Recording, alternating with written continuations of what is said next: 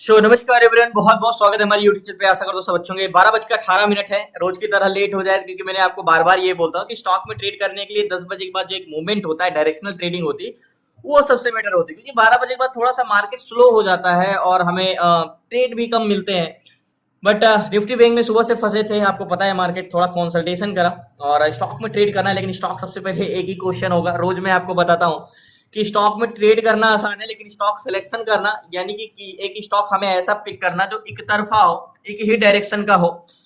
तो स्टॉक में ट्रेड करने के लिए मैं आपको बार बार बोलता हूं कि भाई स्टॉक में ट्रेड करने के लिए डायरेक्शन इज मोस्ट इंपॉर्टेंट, और उससे भी मोस्ट इंपॉर्टेंट स्ट्रेंथ है। आप कोई स्टॉक की आप डायरेक्शन पकड़ लो कि वो बुलिश है, लेकिन उसमें स्ट्रेंथ नहीं हो और मान के चलो वो मार्केट स्ट्रेंथ ना हो और वो ब्रेकआउट दे के मार्केट कॉन्सोलेशन करके ऊपर हल्का हल्का धीरे धीरे जाए, तब भी आपका कोई मतलब नहीं। इसलिए मार्केट की स्ट्रेंथ भी जानना जरूरी होता है कि हम उसी स्टॉक पे ट्रेड करें जिसकी स्ट्रेंथ हो। जैसे निफ्टी बैंक में क्या है, निफ्टी बैंक में क्या स्ट्रेंथ नहीं है? स्ट्रेंथ है, लेकिन ये सेलर इसको जाने नहीं दे रहे, इसलिए मैंने छोटा टारगेट लिया था मॉर्निंग में। तो स्टॉक में मैं आपको बार बार बताता हूं कि आप एक दिन पहले कैसे पिक कर सकते हो, 2 दिन कैसे पिक कर सकते हो, कुछ इवेंट हो गया, कुछ अदर चीजें हो गई तो आप पिक कर सकते हो। लेकिन स्टॉक में ट्रेड करने के लिए आपको डाटा रीड करना आना चाहिए। अब आप बैंक निफ्टी में अगर ऑप्शन चैन देखते हो तो वो आप स्टॉक में लागू नहीं कर सकते हो वहां की चीजें, क्योंकि स्टॉक का ऑप्शन चैन में मंथली कॉन्ट्रैक्ट होते हैं और इंडेक्स में वीकली कॉन्ट्रैक्ट होते हैं, और दोनों का इंटेंशन बिल्कुल डिफरेंस होता है। आपको स्टॉक का ऑप्शन चैन और बैंक निफ्टी का ऑप्शन चैन देखने में सेम लग रहे हो, लेकिन काम करने का तरीका बिल्कुल डिफरेंस होता है। हमेशा पॉजिटिव ट्रेड में नेगेटिव पीसीआर होता है और नेगेटिव ट्रेड में पॉजिटिव पीसीआर होता है। इसीलिए हमें इंटेंशन होना चाहिए कि हमें 182 स्टॉक में एक स्टॉक पिक करना है। मैं आपको बार बार ये चीज बताता हूँ कि इतने सारे स्टॉक में हमें एक स्टॉक पिक करना है जो एक तरफा। अब जैसे मान के चलो, एक एग्जांपल के तौर पे अपोलो हॉस्पिटल को लेते हैं।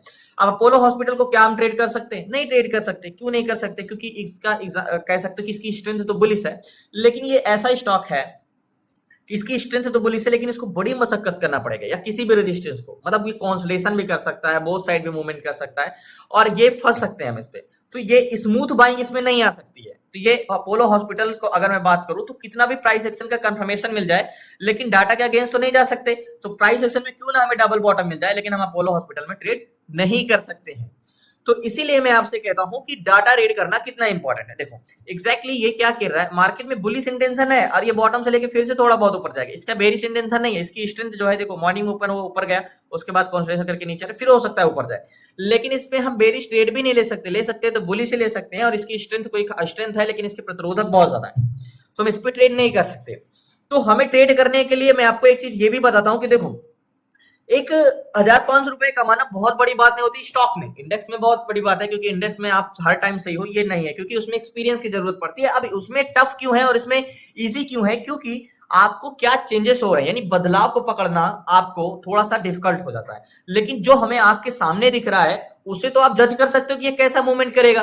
तो सेम हो कि मार्केट में इंडेक्स में जब हम ट्रेड करते हैं तो इंडेक्स में हमें डाटा चेंजेस क्या हो रहे हैं वो पकड़ना है।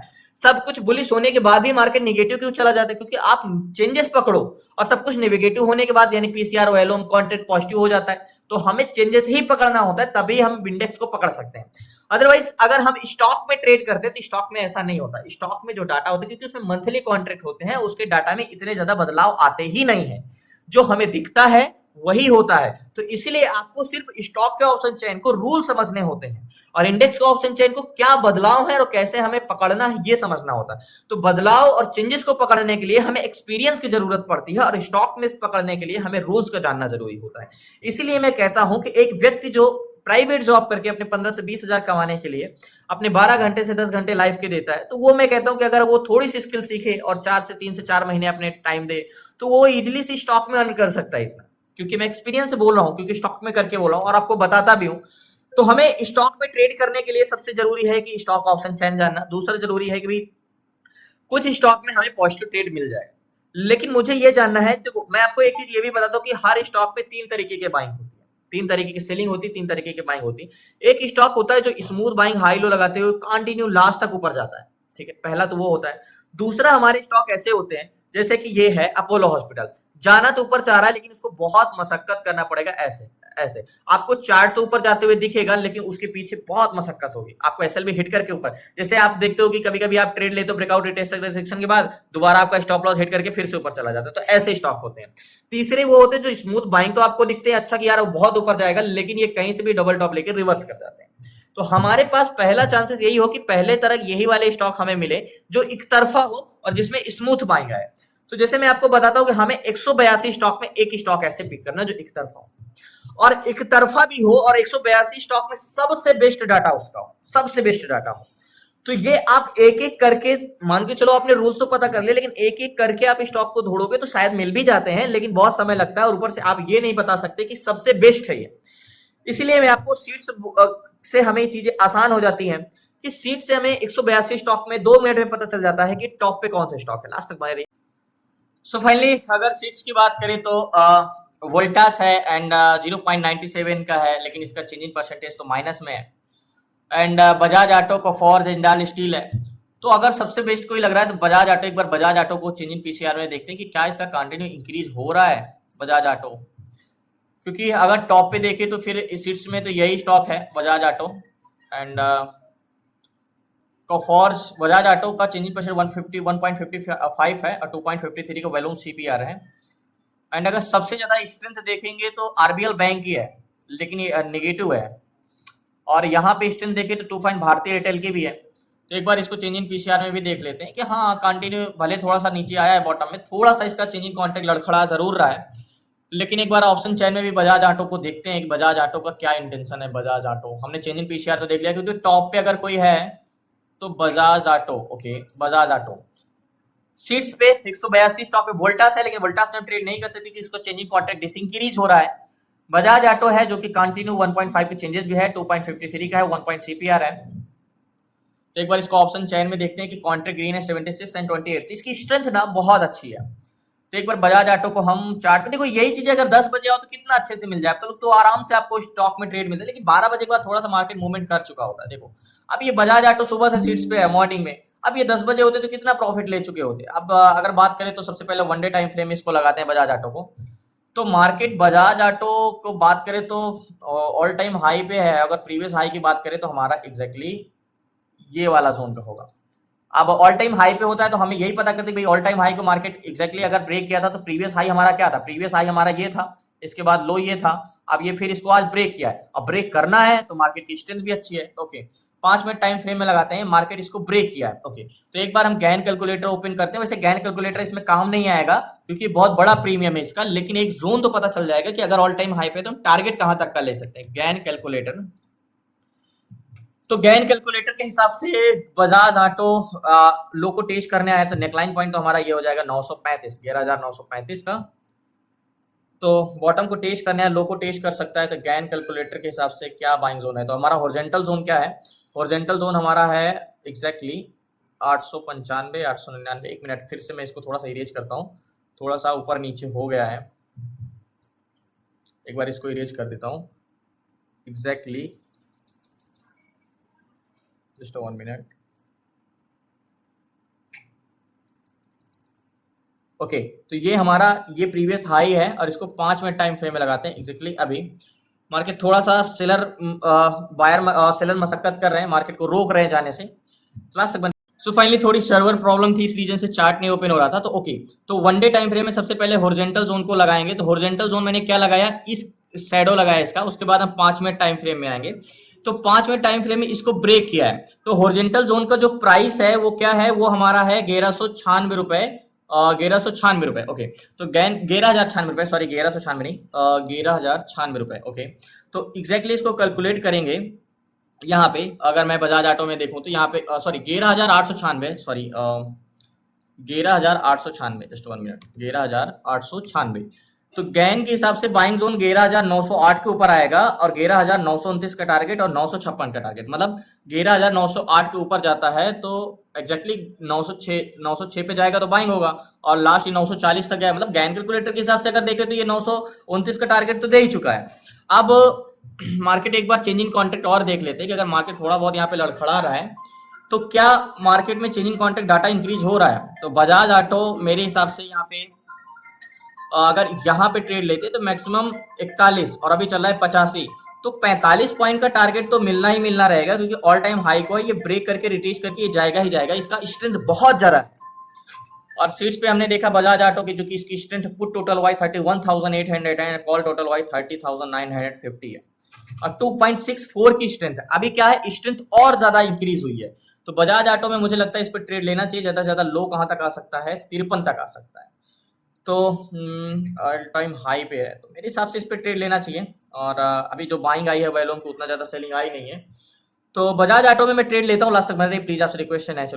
सो फाइनली बजाज ऑटो में 25 क्वांटिटी ली है और 59,000 का फंड लगा है। और मार्केट में जो हम लो प्राइस रखेंगे, मार्केट कहां तक जा सकता है, देखो मार्केट इस सिर को ब्रेक करने के लिए इसको टेस्ट करने आया और उसमें और वॉल्यूम ऐड होगा। तो मार्केट की अगर हम बात करें तो लो कम से कम इस जोन तक हम रुक सकते हैं, यहां तक मार्केट में रुक सकते हैं, यहां तक टारगेट बड़ा रहेगा। मींस स्टॉप, ये मार्केट वैसे आएगा तो यहां तक, लेकिन हम मैक्सिमम कहां तक रुक सकते हैं, क्योंकि अभी हम स्टॉप लॉस तो लगा नहीं सकते। मार्केट वैसे आ सकता है इस जोन को टेस्ट करने, तो अभी तक हम यही रखते हैं। अब गैन कैलकुलेटर का जो एक बाइंग तो आ चुकी है यहाँ पे, पहला टारगेट तो हमारा 29 का है, दूसरा टारगेट 56 का है। तो जाहिर सी बात है 25 क्वांटिटी है, 50 से 56 पॉइंट का प्रॉफिट मिलेगा ही मिलेगा। एक्जैक्टली मार्केट टारगेट लेते ऊपर, ट्रेड लेते ऊपर चला गया, तो 55 का टारगेट हमारा होगा एक्जैक्टली ये वाला टारगेट पॉइंट यहाँ का, क्योंकि गैन कैलकुलेटर का जो 56 का टारगेट है, हम जो टारगेट लेंगे एग्जैक्टली 55 का, तो ये मेरा टारगेट पॉइंट होगा। और मार्केट की इतनी ज्यादा स्ट्रेंथ है, ये टारगेट तो आराम से एक कैंडल्स में देने की क्षमता रखता है। मैंने क्या बोला, एक तरफा ट्रेड है आज के, क्योंकि इसकी स्ट्रेंथ जोन अगर आप देखोगे तो बहुत ज्यादा है। और बजाज ऑटो की तो टारगेट पॉइंट हमारा ये है, और याद होगा बाइंग मैंने यहाँ पे लिया है करीब 900 के जोन पे, 908 907 चल रहा है, लो मार्केट यहाँ तक टेस्ट करने आ सकता है। तो वेट करते हैं लास्ट तक, प्लीज नेक्स्ट।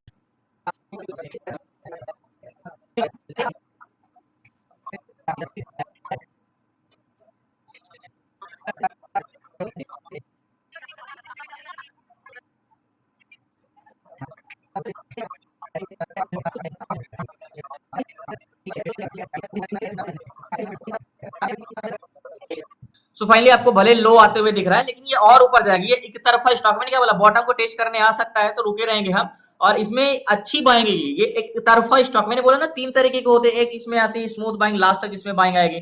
तो ऑप्शन चैन में अगर मैं बात करें तो कॉन्ट्रैक्ट बहुत अच्छा है। एक बार हम सीट्स पे चलते हैं, तो बजाज ऑटो में 2.65 की स्ट्रेंथ हो गई और 1.86 का चेंजेस है, और एक अच्छा मूवमेंट है। सेकेंड नंबर पे टोटल 183 स्टॉक में सेकेंड नंबर पे है बजाज ऑटो।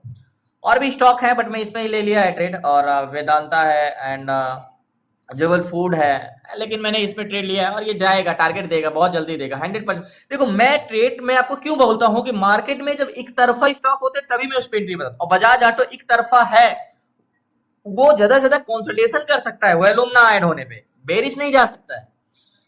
तो अभी कॉस्ट टू कॉस्ट ही चल रहा है।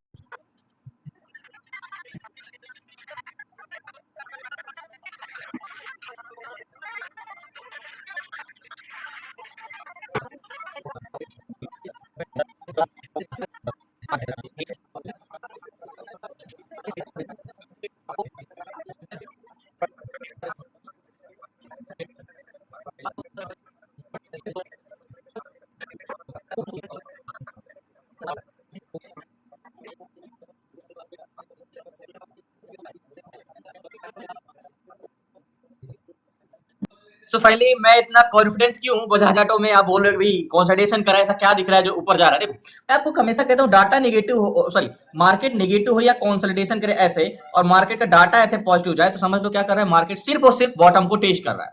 तो यहाँ पे अगर चेंजिंग कॉन्ट्रैक्ट देखोगे तो रेड लाइन मार्केट है, ब्लू लाइन डाटा है, PCR changing contract, changing PCR है। मार्केट का डाटा क्या है, पुट सेलर कंटिन्यू इंक्रीज हो रहा है, यानी सपोर्ट मजबूत हो रहा है, यानी इंटेंशन बुलिश है। मार्केट भले आपको थोड़ा सा डाउन जाते हुए दिख रहा है, लेकिन डाटा बिल्कुल पॉजिटिव है, और इसको क्रॉस करके ऊपर भी चला गया, तो बजाज ऑटो बहुत जल्दी ऊपर जाना।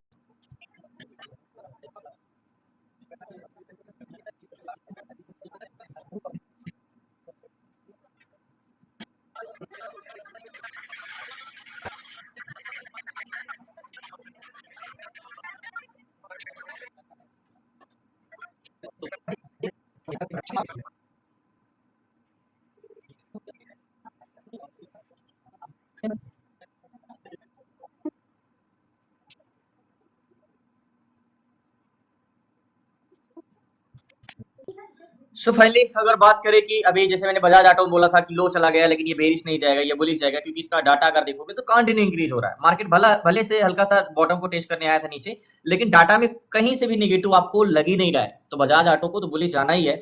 याद होगा यहाँ की बाइंग है 11,900 के आसपास, अभी 907 चल रहा है। टारगेट पॉइंट अभी बहुत दूर है, अभी 1.5 घंटे मार्केट में है, और मार्केट की इतनी स्ट्रेंथ है कि एक कैंडल्स में भी टारगेट दे सकता है। तो देखते हैं, इंतजार करते हैं अभी और कितना वेट करना पड़ेगा। देखो मैंने क्या बोला, 12 बजे के बाद ये हमें देखने को मिलता है। देखो अभी ये कॉन्फिडेंस क्यों है, क्योंकि इतने देर में मार्केट कंसोलिडेशन करा, एक रेंज बाउंड में था, लेकिन इतने देर में क्या डाटा नेगेटिव हो रहा है? नहीं, डाटा कंटिन्यू बढ़ रहा है। तो यहाँ ये मॉनिटर है, यहाँ पे आपको देख के कॉन्फिडेंस नहीं आ सकता, यहाँ पे आपको कुछ हलचल नजर नहीं आ रही, लेकिन डाटा में कंटिन्यू पॉजिटिव हलचल बहुत हो रही है। तो इसलिए कह रहा हूँ कि ये थोड़ा सा और समय लगाएगा, लेकिन अभी ये क्या किया, देखो फिर से ब्रेकआउट दिया, रिटेस्ट किया, अब ये ऊपर ही जाएगा जहां तक है। अगर इसके ऊपर ये जैसे ही जाएगा, मार्केट कैंडल्स ऊपर जाएगा, तो अच्छा मूवमेंट आएगा।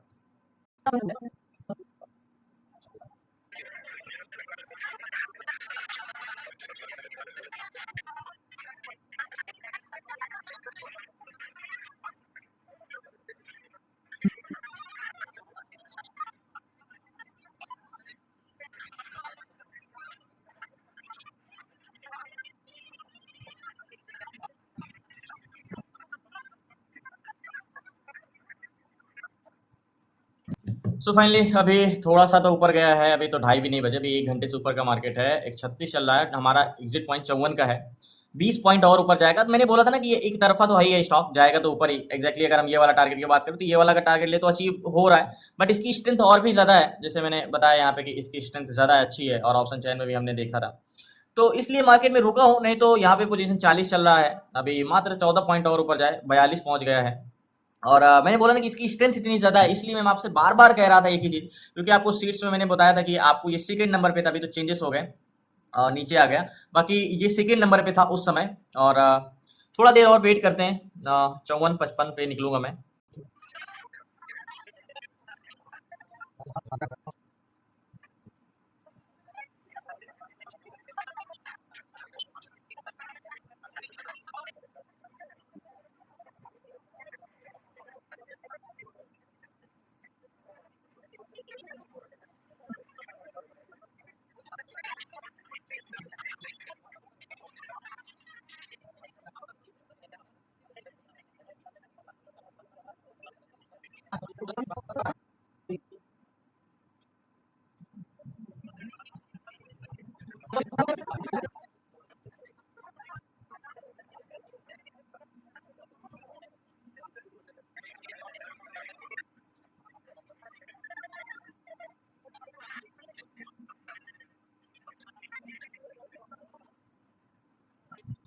सो फाइनली जो मैंने ट्रेड लिया है, अभी 3 बज रहे हैं, 2:58 है, लास्ट हाई 44 तक गया है, और 54 का टारगेट था, मात्र 10 पॉइंट रह गया था टारगेट से।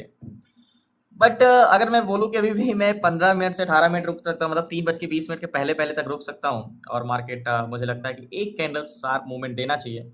लास्ट हाई इसको इसने टेस्ट किया है, इसको ब्रेक नहीं कर पाया, बट मुझे ये वाला टारगेट लेना था। इंतजार करते थोड़ा सा और, नहीं तो फिर जो भी पोजीशन हो रही होगी काट के।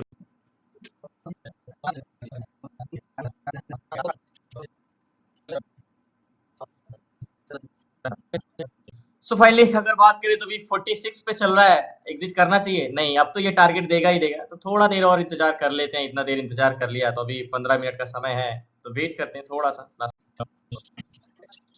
सो फाइनली टारगेट हिट किया, पोजीशन में स्क्वायर ऑफ करता हूँ, लास्ट तक बने रहिए।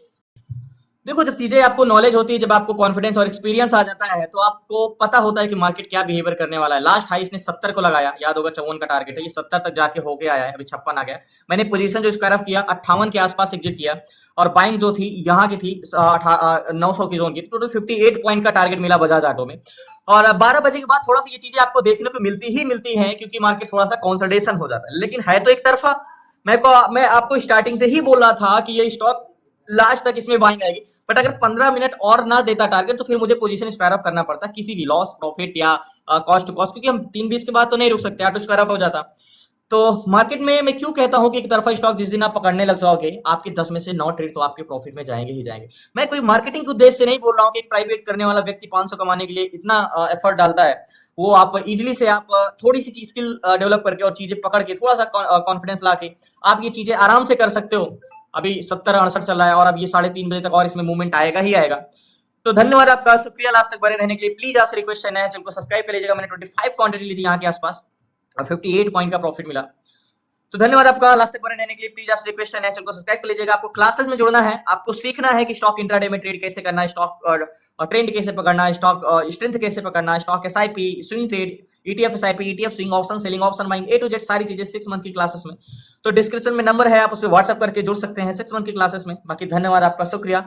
बाकी कल एमसीएक्स में लिए थे, आज बजाज ऑटो में। बाकी कल मिलते हैं न्यू ट्रेड न्यू सेशन। तो जय भारत। प्लीज आपसे रिक्वेस्ट है, नए है तो जरूर चैनल को सब्सक्राइब।